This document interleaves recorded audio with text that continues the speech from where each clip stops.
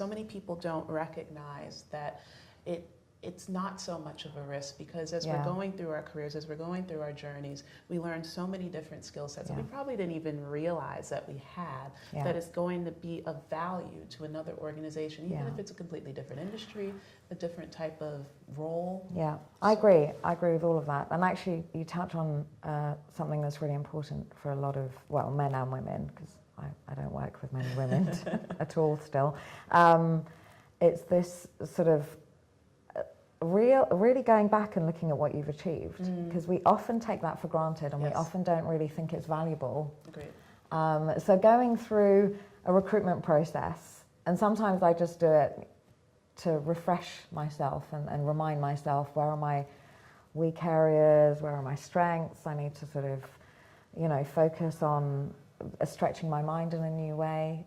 It's those sorts of things where I think if you are looking to move into technology as a woman, I highly recommend it, because there are different roles, and I think people just see technology as a programming avenue, like, oh God, I'm going to have to code, and actually there aren't that many coders. There really aren't, compared to actually what you need to have, all the other roles you need to have to build a business that is commercially viable. True. So you need, people to design user interfaces, you need people to analyze requirements from customers and know how to talk to a client. Customers, yes. People who know how to work globally and work internationally with different cultures. And those are the skill sets that are really valuable to an organization, especially if you want to advance within your career. Yeah.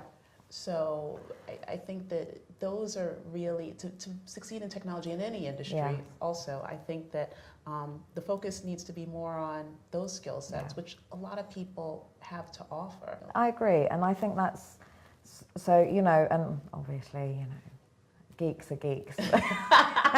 They really are. We love our geeks. We love the geeks. I actually really love working with geeks. But in order to get the best out of them, we need other types of people. Yeah. So this is also why I'm quite interested in diversity and different cultures, and there just are not enough women. So I think, for me, if there were more women in technology, I think we'd end up with much more creative solutions to solving problems.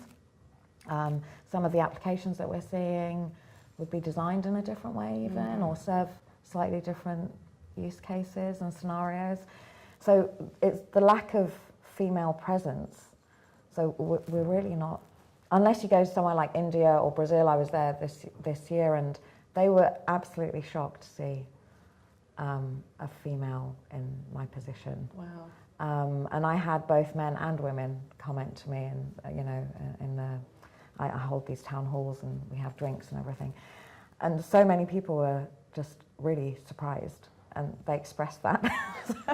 It's quite rare to meet women in tech, even in cultures where there are more women, typically, especially in India, you still don't see senior women at all. There's definitely still a lot of work to do. I definitely want to know more about what you've been doing recently from a career perspective, and what the future holds, what future projects you're going to be working on.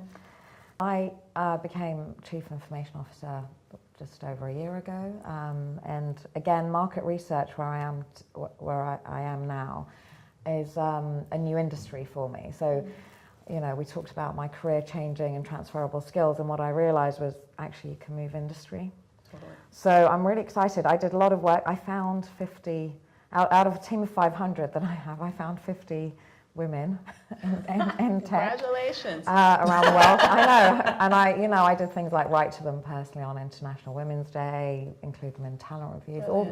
So I'm really sort of keen to find ways of introducing women to technology, but a lot of transformation work in the company now, and working much more globally and much more in a matrix as one team. So my goal is really to bring together IT as a function instead of fragmented groups into one team, where we can really capitalize on all of the skills and efforts, as opposed to just one country there versus one team here.